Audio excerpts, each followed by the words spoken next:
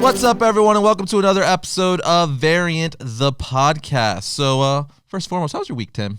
My week has been crazy. Has it been crazy? Yeah, my wife was out of town for a little bit. Yeah, I knew that. So you know that, and so I was pulling double duty. I was Mr. Mom and also having to keep work going. Oh my God, you were the Batman? You were Keaton? I was. Oh my God, I was Batman. Look at that. See, there is a rainbow. Batman comes in all shapes and sizes. Yeah, so it's been a busy week. How about you? Same old. Well, you've been working remotely, doing the family stuff and work at home. I've been holding the studio down, so to speak. We got to keep this party rolling. We got to keep this train rolling. Exactly. The people demand content, and we got to give it to them. That's right. But speaking of content, obviously we're going to talk about the Birds of Prey today. Yeah, that's the big. That's the big thing, and then even some Doomsday Clock stuff later. But we do need to mention something rather big that's happening with the MCU right now. Sam Raimi is apparently in talks to take over Doctor Strange 2. Right. Which is pretty crazy. Variety reported on that. They're in talks, but usually when big outlets like that mention it, you know, it's probably going to end up to be true. Yeah. So how do you feel about that? If that happens... First of all, I don't know really how to feel about it because Sam Raimi, I think it's kind of wild that he would come full circle like that from directing the first 3 Spider-Man films to ending up in the MCU as the Doctor Strange director. But he is a horror guy. For sure. So they clearly are looking to keep it in that direction. I just don't know how I feel about it in terms of what kind of a movie are we going to get with him at the reins. I mean... It's been a while since he's done anything really mainstream. Mm-hmm. So I'm just hyper curious. I just don't know what to expect. I actually think, like, at first I was taken back, but I think I kind of like it. I like Sam Raimi style of, like, I obviously really like the first 2 Spider-Man. Those are the movies I grew up with those, just even for nostalgia's sake. I love Spider-Man 1 and 2. Obviously 3 fell off for me and pretty much everyone else. But in Spider-Man 2, we get, Doc Ock, we get that scene where he's in the hospital. Right. And he basically wakes up from that sleep and the arms start taking over. And it's very much like horror-centric, where it's like, it's classic Sam Raimi where it's a close-up on the woman screaming. And it's like, they're like, ah! But I think that stuff works, especially if you're going to do horror for a superhero movie where in the MCU where they're still going to want to keep it PG-13. You're not going to go full-blown, like, Saw movies and stuff like that, or Amityville horror. Yeah. It's going to have to be that fun, kind of still campy horror. I think that's the guy. I mean, Army of Darkness. So I think it could be, could be really good. And he's no stranger to the superhero universe. You could argue, or actually not even argue, he is one of the main directors to kick off this new, craze of superhero movies. Without, like, the X-Men movies, the Spider-Man movies, and Blade, we wouldn't have the movies we have today, especially the MCU, being that they are Marvel movies as well. So, I think I'm actually kind of excited the more I think about it. Really? Yeah. I'm not looking for Doctor Strange, the sequel, to be campy. Mm-hmm. I don't want to see them go that direction. So that's kind of part of my concern because he does do kind of campy horror a little bit. I think that he's more than capable, obviously, of churning out something really cool, especially with Kevin Feige there as producer, just saying, this, not that. Because when he was left to his own devices with Spider-Man, I mean, there's a lot of people that have said that it wasn't really Sam Raimi that destroyed Spider-Man 3. Mm-hmm. And Spider-Man 2, I think stands up even today as a good movie. Oh, for sure. Yeah. It's still a fun movie. I mean, it has its 90s, elements to it, or whatever. But it's still a fun movie that holds up. The first one is a little bit tougher to get through. It's a little bit more like, I remembered this very differently when I was younger. So I think he can definitely pump out something that is a good film. That would be the campy element. Would be the one thing that would be the concern. Yeah, like you said, because I would like to see it stay more like serious dark. For sure. I think with Feige at the reins this time around, kind of tempering certain things here and there, I think it'll be fine. Because when I say campy too, at least, if I were doing it, or I would assume how they're going to be handling it, in the sense to where, like, all the MCU movies usually have a bit of comedy, where it's still a little bit of fun. So I think it's still going to have that lightheartedness to it with the horror. So maybe not essentially campy, just a little bit of like that fun a little bit in there. We're not getting Conjuring or something for sure. Yeah. Yeah, I just wouldn't want it to go too, I because it tends to lean towards cheesy. Mm-hmm. You know what I mean? If you go too campy with horror, it lends towards cheesy, and then you lose me entirely. I think it's actually, if it turns out that this is official, that's actually going to put a lot of attention on the movie. I think more so than Scott Derrickson, because Raimi has a massive cult following. I mean, Army of Darkness alone, no doubt, you're bringing like a massive, even people who don't necessarily probably watch the MCU movies, which I can't imagine is a big population right now, but it'll probably bring those people out and be like, oh, Sam Raimi? Okay, I'll give it a shot. Which I feel bad for him because that's also going to come with added pressure. That's true. So, but we'll see. We'll see what happens. No matter how you slice it, it's going to be interesting if it actually happens. For sure. So we'll be here to let you guys know if that's official in the future. Yeah. But next, we do want to touch. You actually found this. You found this a few nights ago and texted me. Mm-hmm. We talked a few weeks back on the podcast about Sandman. Wouldn't it be awesome if you got a TV series or a movie? Right. And you found out that he actually is getting a TV series. Immediately after we talked about it. And what's so hilarious is that this was announced last June. Mm-hmm. And we totally was not on either of our radar. Yeah, we had no idea. So a couple podcasts ago, when we were talking about the characters that we would most like to see get a television series or a movie, Sandman was one of my top choices, and in fact, he was my top choice, and not he, but that comic book universe. And it was right afterwards, and someone mentioned it to me, and I said, "Wait, they're doing?" And I said, "Oh yeah, you didn't know that?" And I was like, you got to be kidding me. So I looked into it, and not only are they making it, but it's supposed to be the most expensive television series that DC and Warner has ever done by far. Wow. It's a huge, huge budget, and apparently they're going all in with it. Do you know if Neil Gaiman is attached Neil to Gaiman it? And David S. Goyer are writing. Oh, wow. Along with Heinberg. I think it is. Okay, yeah. So Alan Heinberg is not only writing it with them, but he's also show running.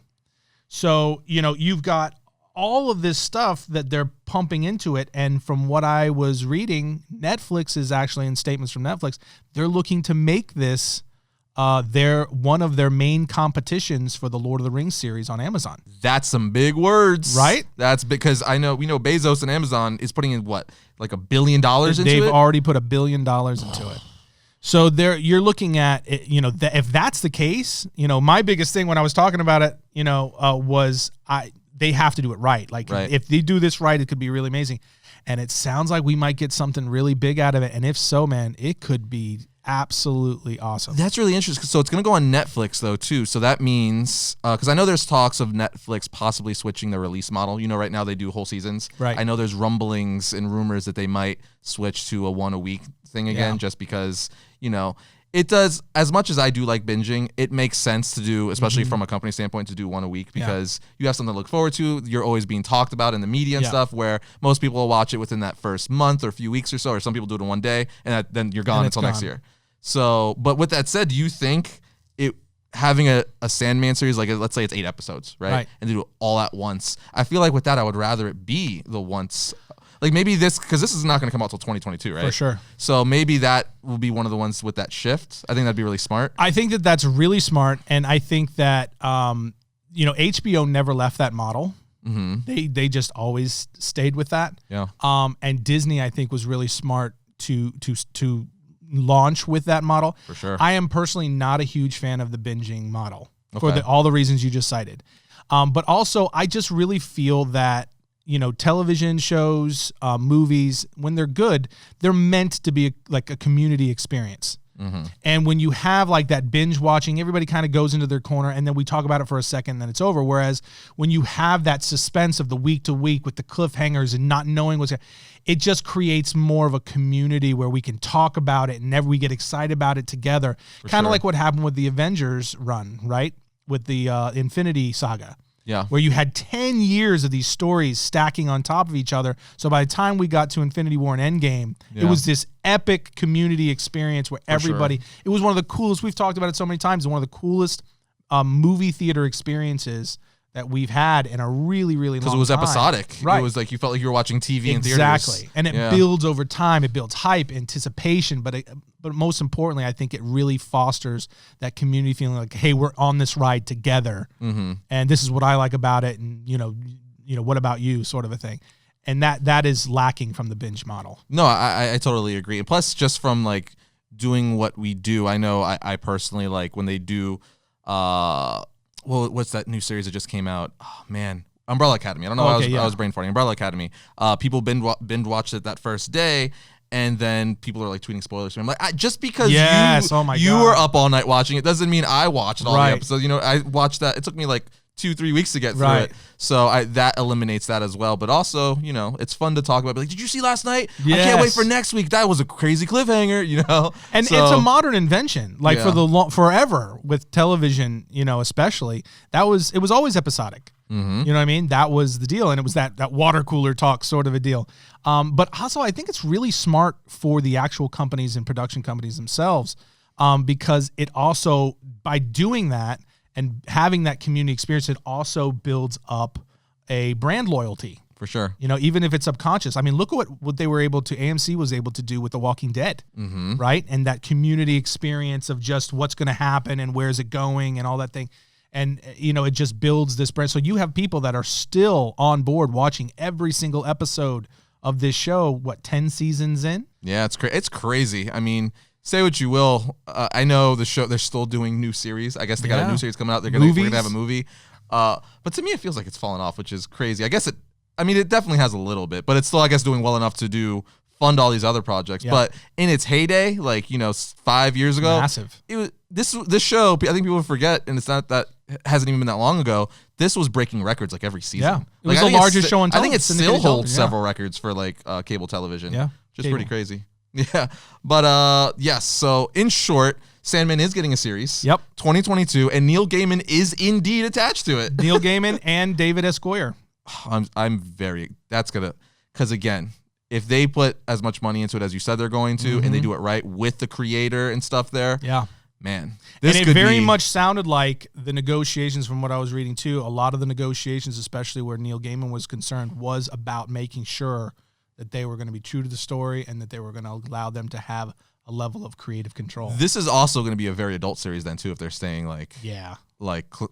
very true to the source material. I mean, it's going to have that horror element. Oh, man, I'm excited. I think you have to. No, for sure. I'm excited. That's really cool. I think it's going to be a ton of fun. But now let's move on to the main, I guess it's going to be the main attraction. Yeah, the biggest thing we're going to talk about today, our Birds of Prey spoiler review. So I know you have a lot to say. I have a lot to say too. I have a lot to say. I already gave a spoiler-free version this past week, where a lot of people in the comments were actually saying, I don't remember the last time I see Arris be this mad about a movie. It's like, well, they did things, people. And what's crazy is, I feel, what's funny is, before doing that review, I think I told you, I'm like, I'm going to get reamed because I feel like the mass majority of people are loving this movie, but I do not. So what did I say? Yeah, so there's just going to be people like, well, disagreeing with me, be like, how did you not like it? You like everything else, but you didn't like this? I'm like, I don't know what to tell you guys. And it turns out that most people are like agreeing. They're like, no. So I don't know where this fall off is. Maybe just the variant audience, thinks differently than the mass population. I don't know, but it seems like there's some kind of disconnect there where, like, you're hearing that everyone loves the movie, but then we put up the review and all of our audience is, for the most part, like 80% of it is agreeing to, like, yeah, no, it wasn't that great. Yeah. So yeah, when it comes to movies now, I even said it to you at the time, is you can't really trust it. You have to wait, let the movie come out, let people see it, and then get the feel for what people are saying. Because so much, critics, it's almost like they try to make or break films now. You know what I mean? And so there's so much manipulation that goes on online, especially with the marketing. You got all these companies out there pumping tons of money into the system to promote their things. So, I don't really trust that. I just go by, I wait, I see it, and then you can get a gist after that. And after the movie came out, it was very much split down the middle, I would say, at least. Yeah, I know.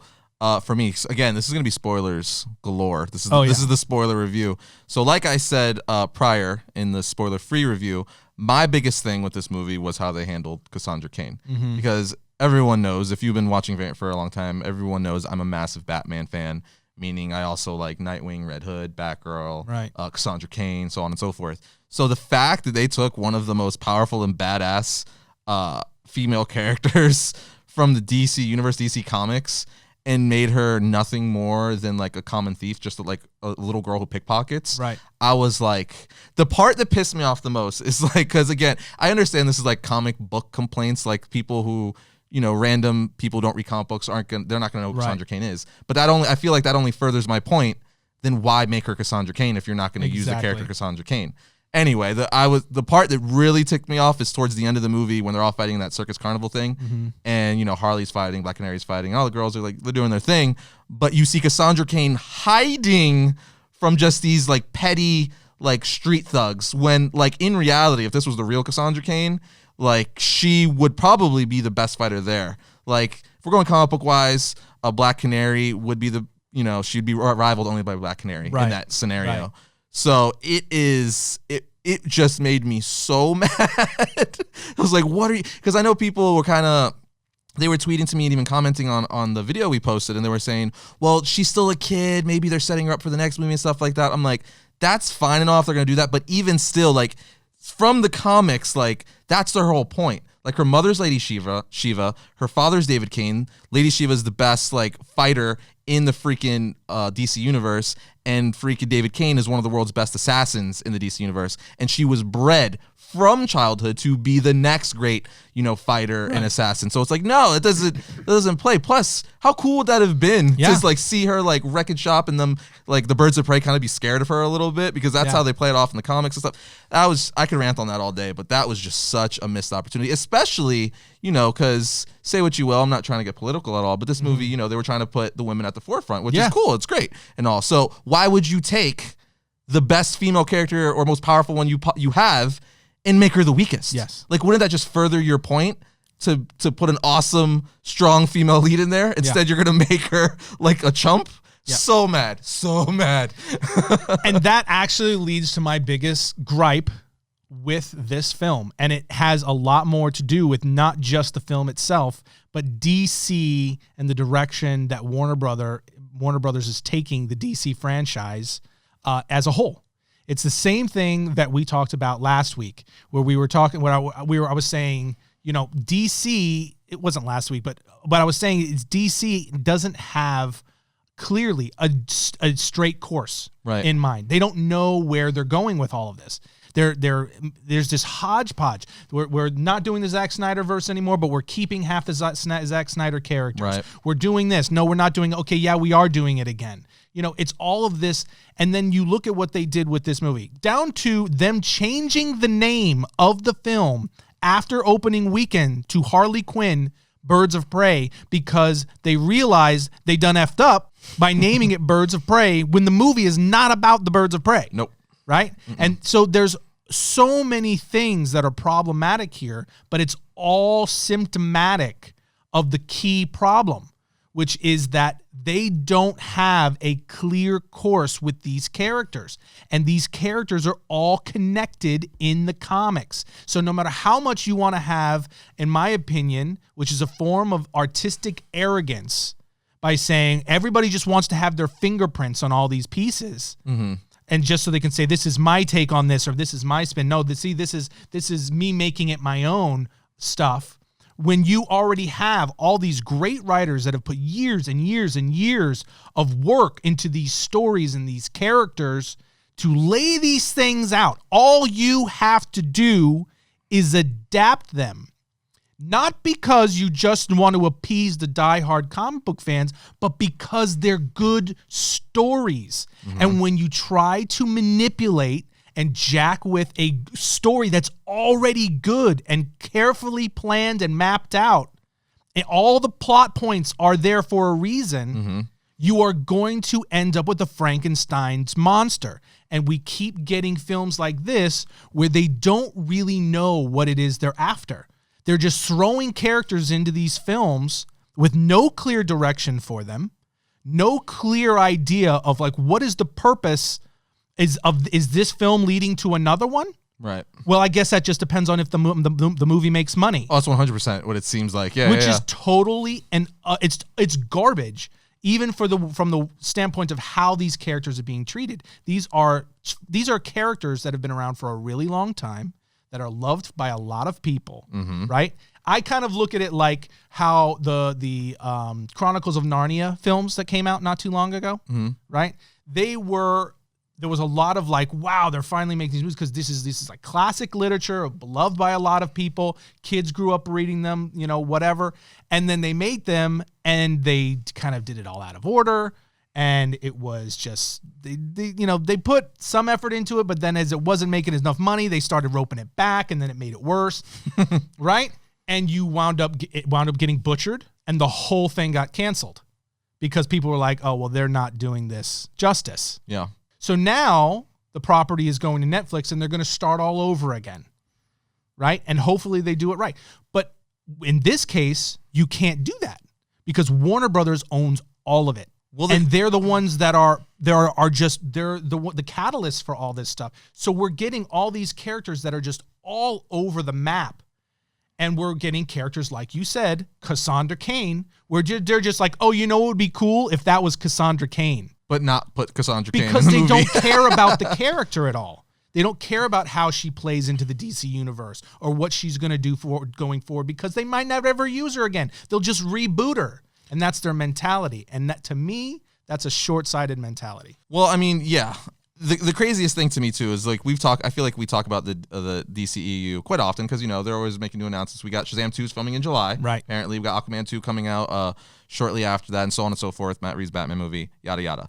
But what's crazy is a big glaring problem with this movie, too, is the Joker, right? Mm-hmm. We know they haven't said it yet, but we clearly know by their actions speak louder than words, them not, Leto being very vague on the topic, Warner Brothers being extremely vague on the topic, right. And this movie not showing like Leto Joker at all. Like it was very much like from the back of the head, like anyone could have been the Joker in the brief times they showed him. Because I used clips from Suicide Squad in this movie for the flashback when he threw into the vat of acid, right?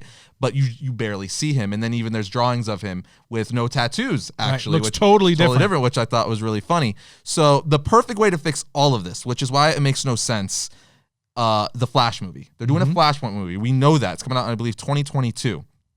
So why not make that priority? If things didn't work out, Justice League didn't really work out for you and everything kind of fell, after that. Sure, Aquaman was a big hit, so was Shazam, Joker, obviously, but that's not even in the DCEU.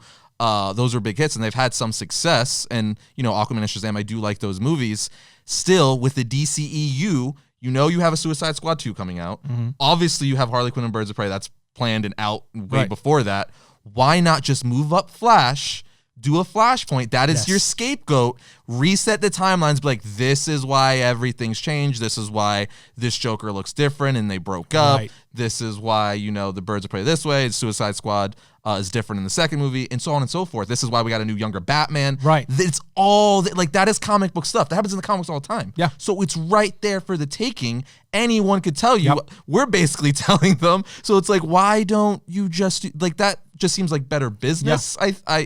I'm not an exec. I would never claim to know any of that stuff, but it just seems like that would make more sense. That's the thing that aggravates me. That's why I'm so worked up about it, because it does make better business sense. It does make more sense. You're going to not only make the fans happy, but you're going to tell better stories, which is going to introduce a whole new group of people to these characters. They're going to be more interested in these stories because they will be more, they'll have more continuity. They'll be more well put together. They will matter for the next movie. There'll be something to look forward to, right? Yep. But instead, what we're getting is a lot of politics, a whole bunch of cooks in the kitchen. Everybody wants to have there's, like I've talked about before, there's been a lot of turnover over the years at Warner Brother in terms of the executive positions. And so everybody that comes in, they clean house, and then they want to do their own spin on things. And it's like, there needs to be a clear creative director like a Kevin Feige that comes into DC and he says, I will do this under one condition. One of my main conditions is I have the final story decision-making. Mm-hmm. And he builds out an actual cinematic universe. And if you want to, because what you're saying is absolutely right. All you have to do is bump up the Flash and say, at least for now, just to explain why do you have this hodgepodge of all these different things happening simultaneously, say these are alternate universes. So that's why you have this Harley over here, and there's going to be another Harley over here. Yep. telling different storylines. That's why the Joker's like this here, and we have this Joker over here, and explain that. And again, look, they're just movies, and it's just storytelling. So you can do it really however you want. But what I'm saying is that these are existing characters that people, a large group of people, really like and enjoy. And if you're going to come in and take a story that's really popular, like Mad Love, right? That's directly tied to the Batman and the animated series that we all grew up on, like us with the wallets. Okay, we all grew up on that stuff. So we all know what Mad Love is. We know that story. If you're going to take that story and you're going to come in and say, okay, we're going to adapt that to the screen, but then what you actually give us looks nothing like it whatsoever, and then bring in some, Frankenstein version of the Birds of Prey that doesn't even come in till the very end of the film, but then you title the movie Birds of Prey. Just all this stuff, taking characters like Cassandra Cain and stripping her down to this completely helpless pickpocket foster kid, instead of who she is in the comics, this dope, really tough fighter. Just on and on and on you could go. It's just, it makes no sense past you just have a whole bunch of people that want to be able to say, this is mine. No, it's really frustrating too, considering that like Harley Quinn, say what you want about Suicide Squad. I think a lot of people would agree that Harley Quinn, Margot Robbie was like, one of the better things or the only good thing about that movie. I know a lot of people say like, yeah, I didn't like the movie, but Margot Robbie was good as Harley Quinn. Yeah. And I think she's even better in this movie. Like I actually enjoyed her a lot. I think I said it in my spoiler-free review where I think she, because Harley Quinn in the comics and cartoons, she goes from like that bubbly, cute to like, I'm gonna kill you, right. But she'll be running down and she'll see like a pretty person stop like, ooh, pretty. Next minute she's like, beating someone over the head with a bat. Yeah. And I think she played that really well, which is why the first quarter of the movie I liked a lot, because it was before the Birds of Prey started getting introduced. It was pretty much just a solo Harley movie of her dealing with her fallout with the Joker and stuff. And I liked that whole scenario because it was very much like kind of like the Mad Love. Now, given the situation and scenario was totally different, but in the sense to where like she's not in good standings with Mr. J, if you will. And I'm like, so why not just do that? Or even, bare minimum, like a Gotham City Sirens movie, which would consist of Poison Ivy, Catwoman, and Harley Quinn. So if you could still have your girl ensemble, but it would still be, I feel like it would work better. You know what I mean? Especially if you had your ducks in a row. Catwoman's going to be in Matt Reeves' Batman movie. That could have crossed over in a perfect world, I'm saying. So it's just so like disappointing that there's all these different avenues they could have gone and we didn't get that. And another thing I didn't mention in my spoiler-free review is that they did a Birds of Prey movie without Oracle. Oracle is like one of the founding members. Again, Batgirl, Barbara Gordon. I could say that to almost anyone in a store. I'd be like, Batgirl is Barbara Gordon? Like, yeah, no, Batgirl. One of the most popular female characters in all of fiction, I would actually say. And a founding member, Oracle, Barbara Gordon of Birds of Prey, wasn't in a Birds of Prey movie. Don't even mention her. Another missed opportunity. It's like, what and is happening? Another one of the coolest female characters in DC Comics. Yes. One of the most well-known for sure and most loved female characters in all of DC Comics. She has played multiple different roles. I would even argue, I would go as far to say that she's probably only second to like Wonder Woman as far as DC goes. As far as female character. I mean, Harley Quinn, obviously. I would say like the trinity off the top of my head of DC would, as far as well-known, loved characters that are female, would be Wonder Woman, Harley Quinn, and Batgirl. Yeah. Like, so I don't know what... Just another missed opportunity there. Again, I don't want to, tear anybody down or berate anybody, or it's just, for me, it comes off as a form of artistic arrogance. There's just no other way for me to say it, because you just think that your idea and your version of this is better than the artists who worked so hard to create these stories and tell the stories. And again, and I want to stress this, I'm not suggesting that you can't take artistic license with these stories in any way. For sure. You don't have to adapt it verbatim. That's not what I am saying. What I'm saying is they're taking and they're deviating and wandering so far away from what these stories are while still pretending to be those stories. You feel me? No, it's true. Yeah. That it's just off-putting. It's like, look, just don't Just say, look, this is a totally different thing. I think Marvel is a perfect example of that, where they deviate quite often from the comics, all the time. but they keep enough of the roots of their characters and storylines. Civil War, perfect example. Yes. They took the concept of, because the Civil War in the comics, completely different scenario, but they took the core of it, the heart of the story, to put Captain America and Iron Man at odds and divide the superheroes down the middle. And it worked because they took the heart of the book and just put a different scenario around the core of it. Even down to giving us the live action version of that iconic clash between Iron Man and Captain America. That makes us nerds. Exactly. You just need those little tips of the hat, because that's why like people were, because originally I wasn't as harsh, I guess, as I should have been after rewatching the Justice League second time around. But that's because originally, first viewing, it appealed to all my little fanboy moments. Sure. Superman racing the Flash, like, you know, see Batman say, Flash is like, what's your superpower? And he's like, Batman's like, I'm rich. Like little stuff like that. You're like, yeah, that's cool. Just so we're not even asking. I feel like a lot of fans aren't even asking for all that much a lot of the times. Just like keep a core foundation and give us the little tip of the hat to be like, this is because you've been reading comics for like 20 years. You know what I mean? Yeah. So I don't know. But I do want to talk about another thing too. We're Birds of Prey, but the John Wick fighting-esque sequences, because I did say in my review, I was like, I don't know why people are comparing the fight scenes to John Wick, and I found out that's because one of the choreographers from John Wick was brought on to, I guess, help fix some of the fight scenes, because I don't know if this is fact, but from what people were saying in the comments, that apparently the fight scenes weren't working, so they had to get the choreographer from John Wick to help kind of fix them. But even so, like I said in my review, again, sounds like I'm completely bashing the movie. And again, I didn't. This is like a weird yes and no. Say the truth. Say the truth. Yes and no. Like, I didn't love the movie at all.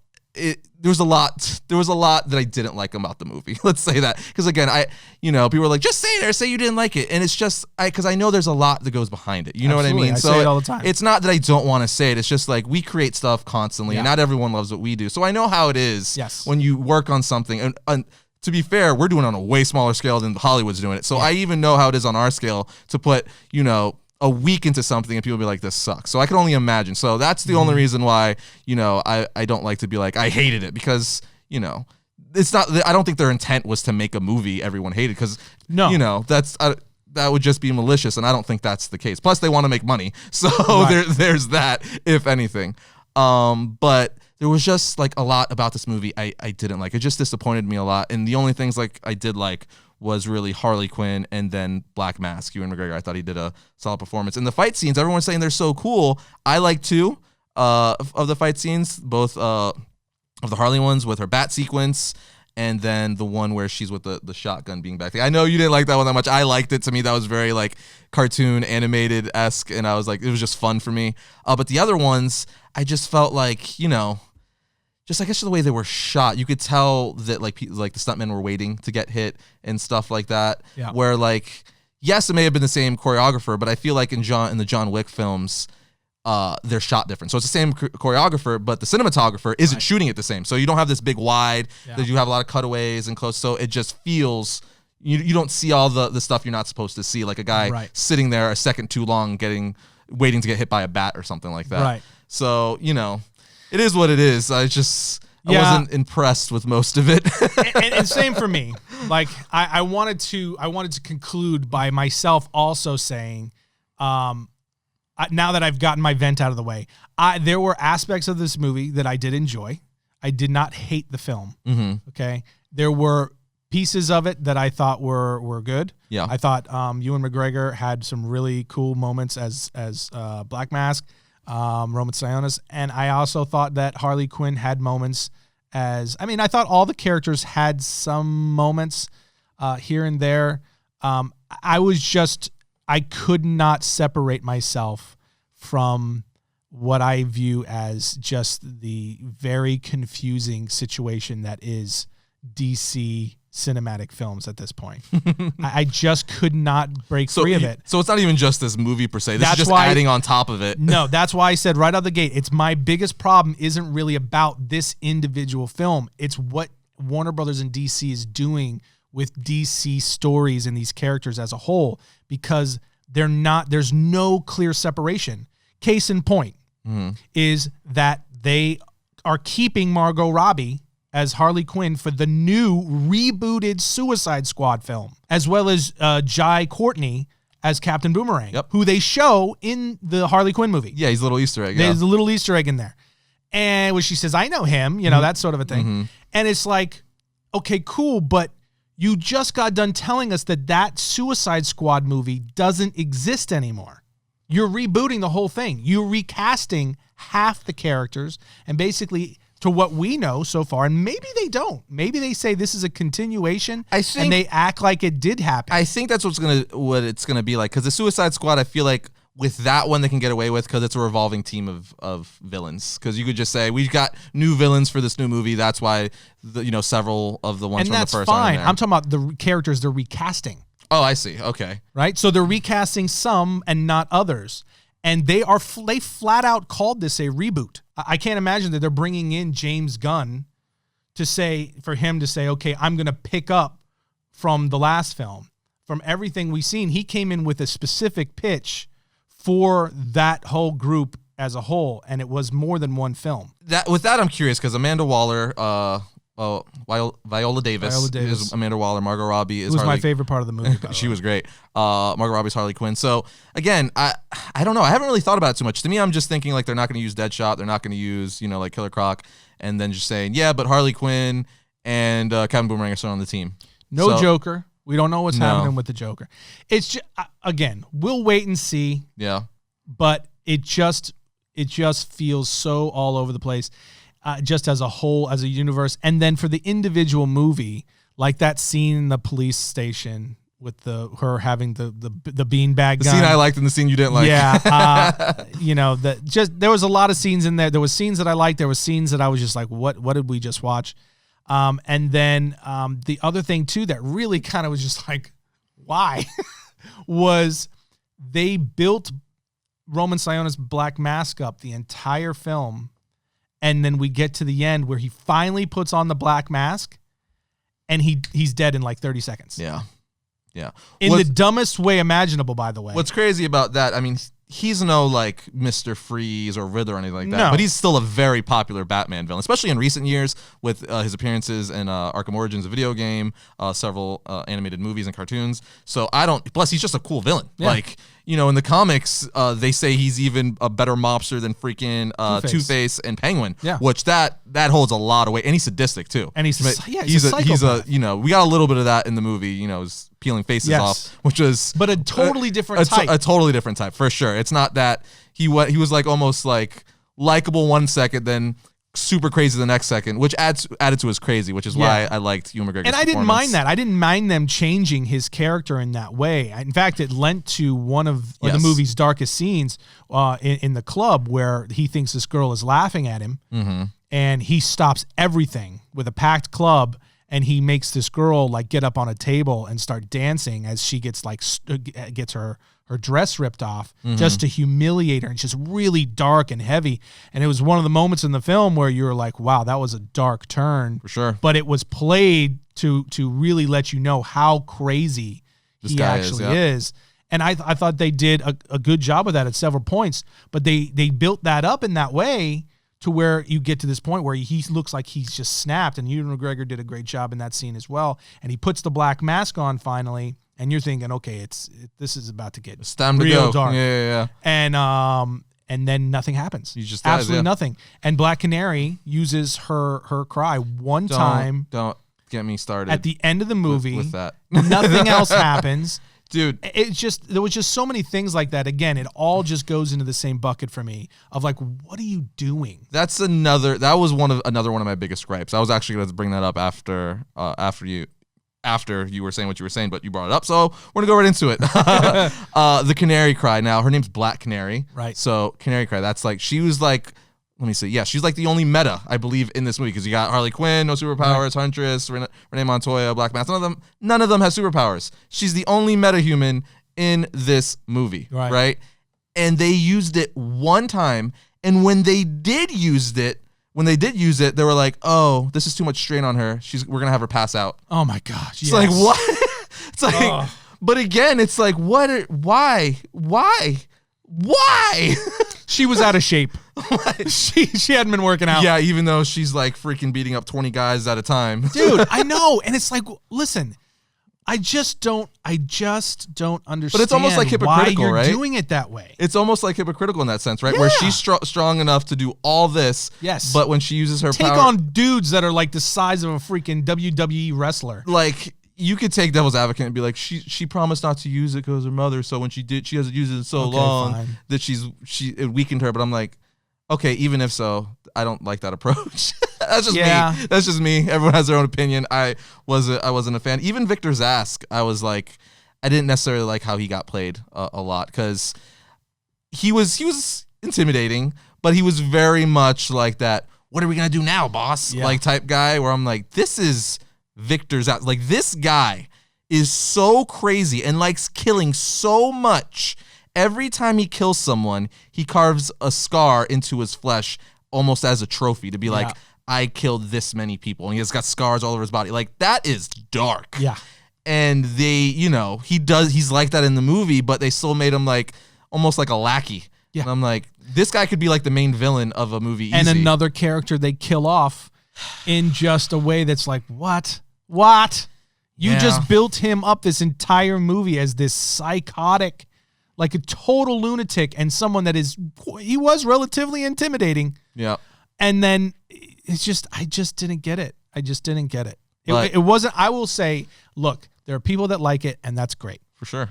This was not my cup of tea. And for me, I just hope that in the near future, we get some sort of a clearer path forward from Warner Brothers DCEU, and we get a better understanding of what are all these pieces. Do they go together or not? And if so, where's it headed? Right.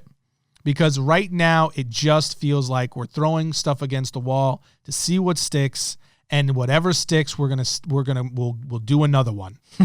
Right? Like Aquaman, Shazam, Wonder Woman. For sure. But everything else is going away. Yeah, like, we got to move on. We're going to talk about the Doomsday Clock story, but I do, to wrap my thoughts up, I do want to say, I guess the main reason this movie disappointed me so much is for two big things. One, I'm a massive Harley fan. She's my favorite female character in comics, probably even in all of fiction. I've been a big fan ever since animated the series. I just think she's a fun, cool, badass character.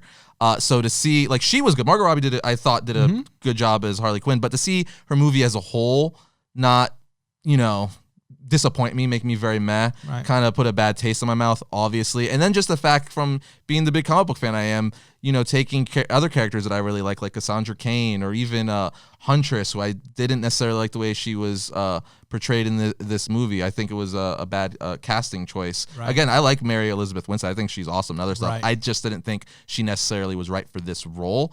So just all that kind of put a bad taste in my mouth, and it's it's disappointing too, because I feel like, me personally, I let a lot of stuff kind of slide, like even with like BVS and stuff, because Batfleck was good and stuff like that, but then there was also stuff, being the diehard Batman fan I am, I'm like, but he wouldn't just like kill other people and mow people down, and like I'm not down with the whole Scott Snyder being like, what did you think they would do? Of course they would kill if they were real. I'm like, yeah, but they're not real. Yeah. That's the point. We don't have a guy in a red cape flying around. This is not supposed to, like, I get bringing a sense of realism, but I think that full-blown mindset of being like, what do you think our superheroes would do? Like, go Watchmen style, to be like, if superheroes were real, they'd have issues like us. But it's like, these characters are meant to inspire. Right. Like, they're heroes. Like, they're supposed to have morals. So I think you have a responsibility when taking any character like Superman, Batman, any hero, to like kind of set that standard of what we're supposed to be. What would be the perfect world or person? Right. Hero. We're supposed to look up to them. They're supposed to inspire. So I don't go down that mindset with stuff like that. I don't either. And stay in that same vein. I think the key responsibility is staying true to the core of the character. You can do different things. You can have creative license, but stay true to the core of the character, unless you are going to specify that this is a one-off. We are doing a story of a what if. Yeah, like an Elseworlds. An Elseworlds 100%. What if, and you specify 100%. that. And they're not doing that. They're taking these characters and they're even attributing it to specific storylines within comics that are very popular.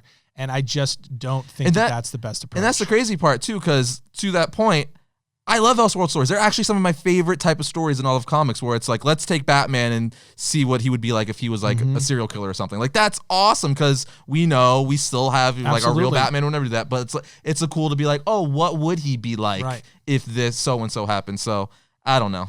And it's important to emphasize too. It's not just you and I saying this. We're not like one-offs saying this. The box office numbers are reflecting these things. Yeah, we didn't bring that up. The box office isn't doing too great with this movie. It is not performing, and we're seeing this type of stuff happen consistently now with large ticket franchises, tentpole films.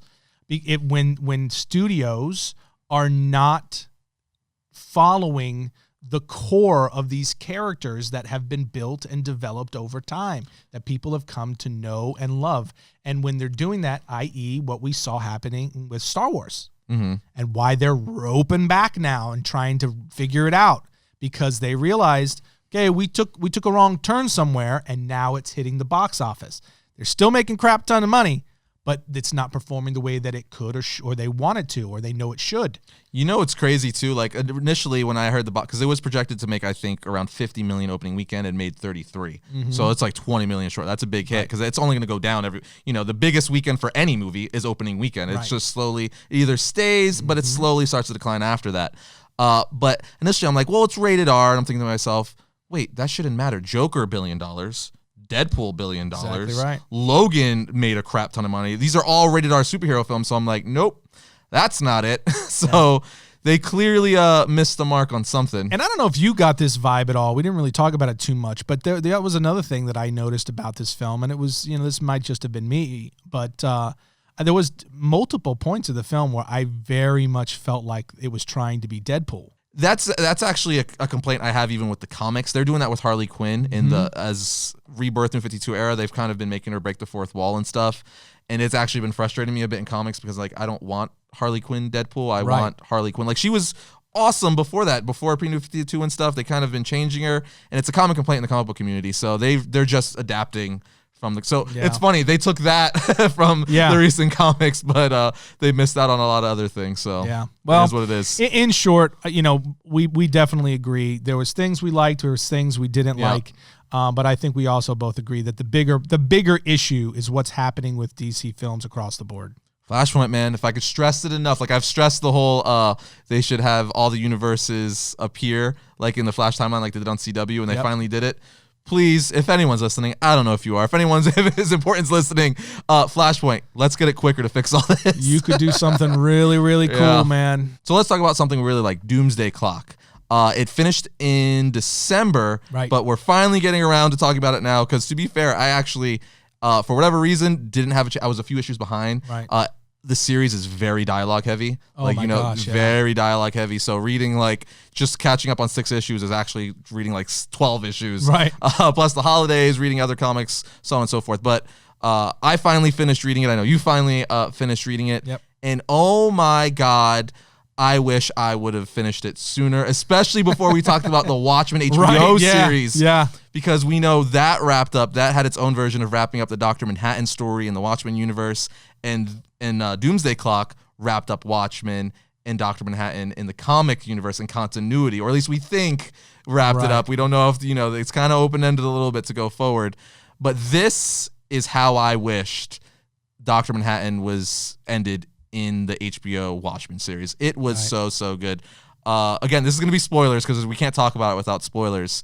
So I'm just going to get into the meat of it, because this hits my geek. I love this. So in a nutshell, by issue 12, it's pretty much all set up. The entire series is basically all set up. You're reading all this stuff. You're like, this is cool, and seeing this and that is cool and whatnot. But what's the end goal? And it all pays off in issue 12. It's a 54-page giant size issue. And we basically learn that, yes, Dr. Manhattan's been messing with all the DC universe. He's been screwing it up. He created Flashpoint, created the New 52. That's why characters like the original Wally West are gone. Superman's parents are dead. Black Canary is no longer dating Green Arrow, so on and so forth. All the countless changes I could mention, right? We find out he's been doing it all as an experiment, because his world, after he left, started basically going to war with one another again. In 1992, the world found out that Adrian Veidt was the one who set up the squid invasion, and they're like, what? It wasn't just, an extraterrestrial thing. You did it on purpose to unite us. Everyone starts bickering. They start falling into war again. And Dr. Manhattan's like, well, we're doomed. We're doomed. No matter what happens, this world is going to kill itself. So he experiments with the DC universe to prove a point that, like, let's see if that's going to happen with all Earths. But it doesn't. Mm-hmm. Why? Because the DC universe has Superman. We find out the core of it all is DC is always at the center of every crisis. Superman is at the center of every crisis, every world, and because of that, the worlds go on to live and reset because, as the comic says, he is hope. He is the North Star. And I am a big Superman fan. I'm all about the inspiration and hope. That's why I get annoyed with a lot of content we see nowadays where it's always like, people are bad, people are racist, people are evil. I'm like, yes, that exists and that sucks. But can we talk about the positive though? Right. Like, because let's talk about the hope and how we could change that and stuff like that. And this did that to where it's like, you'll always, as horrible as things get, you'll always have, in this case, Superman, which he's being played more as a symbol than a character in the scenario. 100%, you'll always have hope and like a beacon of light, a North Star to bring us all back and lead the way to inspire it. I thought that was the most brilliant thing. And because of this, Dr. Manhattan realized that's why my world keeps destroying itself. We don't have that key, that element. We don't have that Superman. So he makes it so, long story short, so by the end of it, he realizes he has to create a Superman for his world to, survive. So he imbues his powers into Mime and Marionette's son and names him Clark. And he's like, hi, my name's Clark. John sent me, which is like kind of a double thing because John as in Dr. Manhattan, but John as in Jonathan Kent. Right. Because he played his father as well. So Geoff Johns did a lot of cool stuff there. It was just great. We brought the JSA back. We got the Legion of Superheroes back. We know there's hope and light for the DC universe.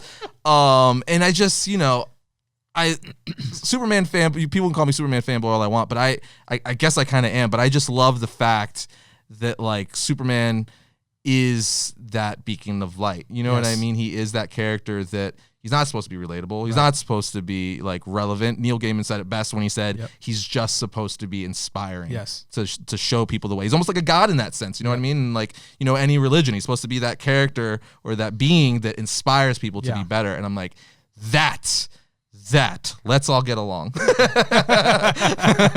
I don't even think it's like let's all get along. I think it's presenting the idea that we are capable of more. For sure, yeah. We're capable of something better. And that's why him being a symbol of hope, that is the hope, right? That we are capable of something better than what we are. We just have to strive for it. And, he refers to him as the North Star as something for us to look at and then aspire to. So he's Superman has always been kind of a Christ-like figure in DC Comics in that way. But I just, like you, I just loved that they took, that Geoff Johns took this opportunity to bring it all back to, no, this is what we should be focusing on. This is what characters like Superman are about. We have our Batman and our Iron Man and all these different things.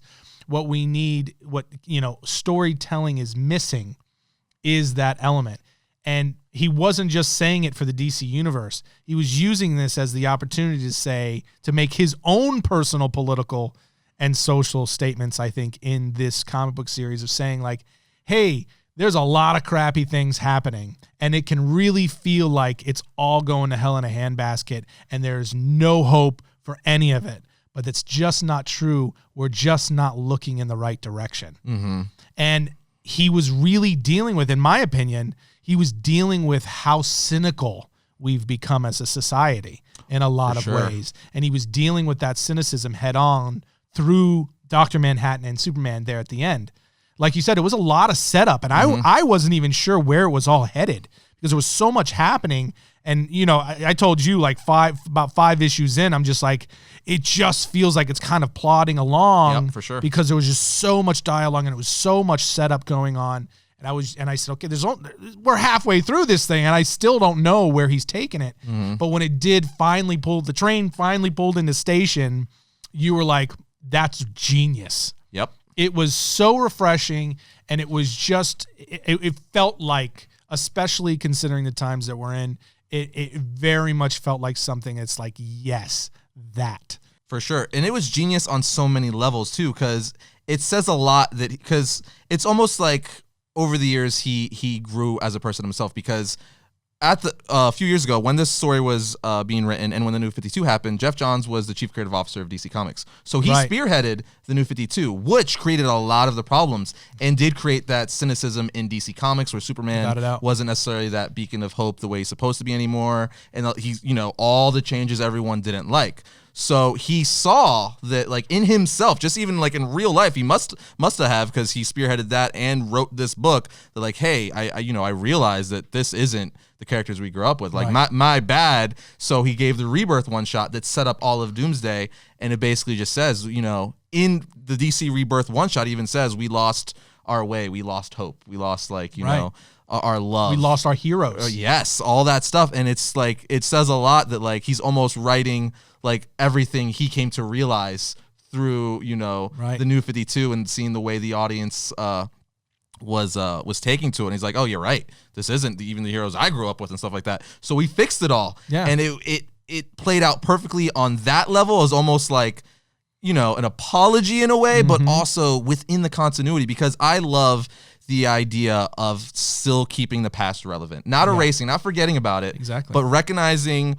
the bad stuff that happened and fixing it going forward. It's like, we fucked up, but we could be better, we could change. And he did that like both within the continuity of the fictional world and in the real world, which was really, it says a lot to his writing abilities. He's always been one of my favorite writers.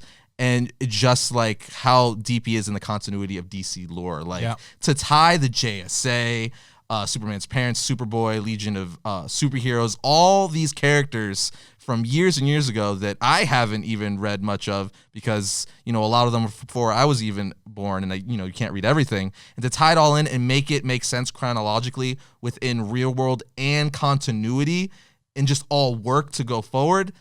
That's a lot, man. That is hard to do. With much of it happening in one single issue. Dude, yes, for sure. It's crazy. He not only righted the ship and corrected all these things and basically restored all these things that he had broken, essentially, with New 52 and all these things.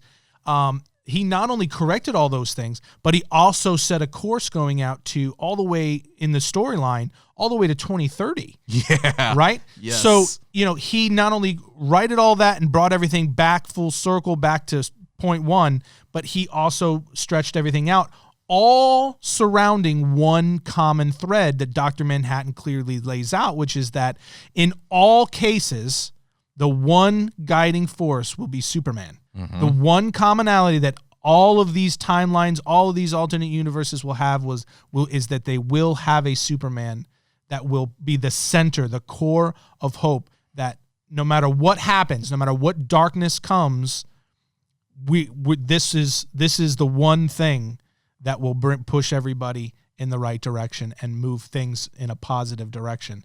And I just think it's enough to bring a tear to my eye. Yeah, it's just so cool. And to your point about the past and the importance of the past, we do not appreciate history enough now. We don't know enough about our history. We don't appreciate it enough in the sense of us looking at it not so much in the way of an accusatory standpoint.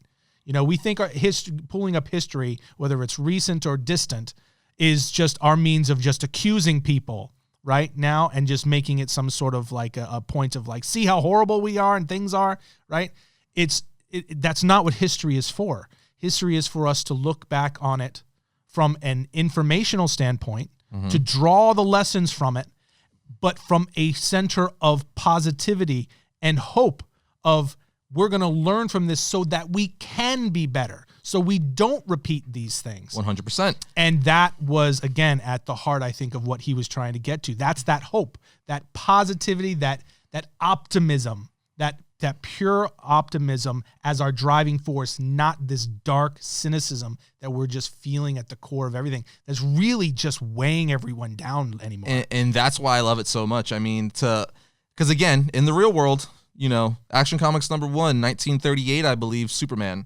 It's 1938, 1939, late 1930s. Action Comics number 1, first costume, like Superman kicked it off. Yeah. Like without Superman, there is no DC universe as we know now. There's no Batman, there's no Wonder Woman, there's no Justice League. Like he's the guy. So he has to be the core of it all. Like love him or hate him, he's the guy. And there's this really cool beat in the final issue where Dr. Manhattan tells Superman's like, look, I took away all your loved ones. You know, I took away people you looked up to. I killed your parents. Right. And it cuts to Superman. You see him pissed. Heat vision all fist up. He's like, oh, Superman's going to go to town, Dr. Manhattan. And then, the panel set up to where we think he's going to punch him right in the face. Dr. Fate is going to accept it.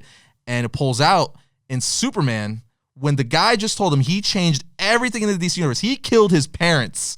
Superman is actually defending Dr. Manhattan, punching someone who was attacking Dr. Manhattan. Yeah. And Manhattan's like, I'm confused. What's happening? And, Superman's basically like, look, man, I don't know who you are, what you're doing, but we got to fix things here. Like, I see that you're making pictures of this girl with every time you take a footstep. Clearly, it's someone you love. Maybe you make the choice where you do save everything. Because he's a god. He can. Yep. He could do anything. He has been changing things. So he's like, maybe you just got to make that decision, man. And freaking Superman is the one who inspires Dr. Manhattan, who's more powerful than even him. Mm-hmm. Like, so it's like, even Dr. Manhattan himself is the one admitting all of this. Like, no, yeah, I'm a god and all, and I could change time and be everywhere at once, but Superman's the guy, which is why I constantly say Superman is the strongest power. Superman is the strongest superhero. He even says, for the first time, I'm inspired. Right, yes. That's actually a line from Dr. Manhattan in the final issue.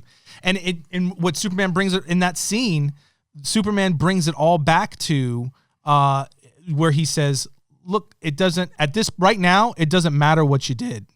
It matters what you choose next. It's so good. And it's just so those are the things that's the kind of inspirational storytelling that can have a really positive impact. We already know about all the dark stuff. There's crappy stuff happening. Yes.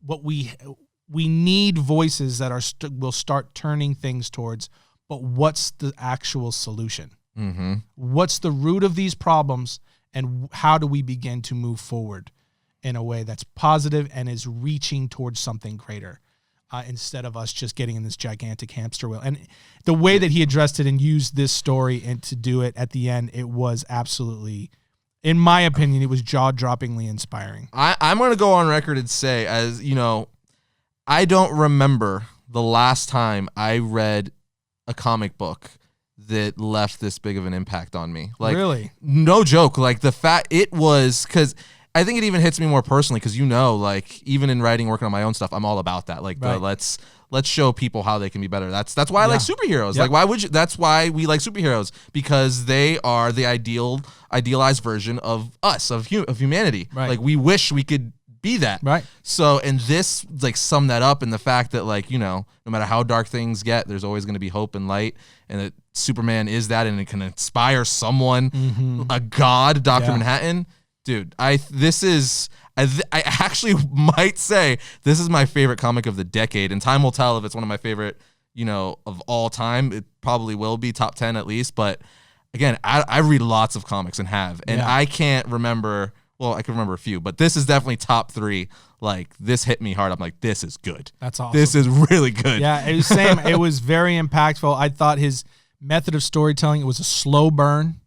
But when he brought it home, he brought it hard, and it was really, really, really well done. And Geoff Johns is doing, it gets me, Batman. Going back. He's doing 3 Jokers. I know. I'm very curious to see what he does with it. With Jason Fabok, who's one of my favorite artists currently.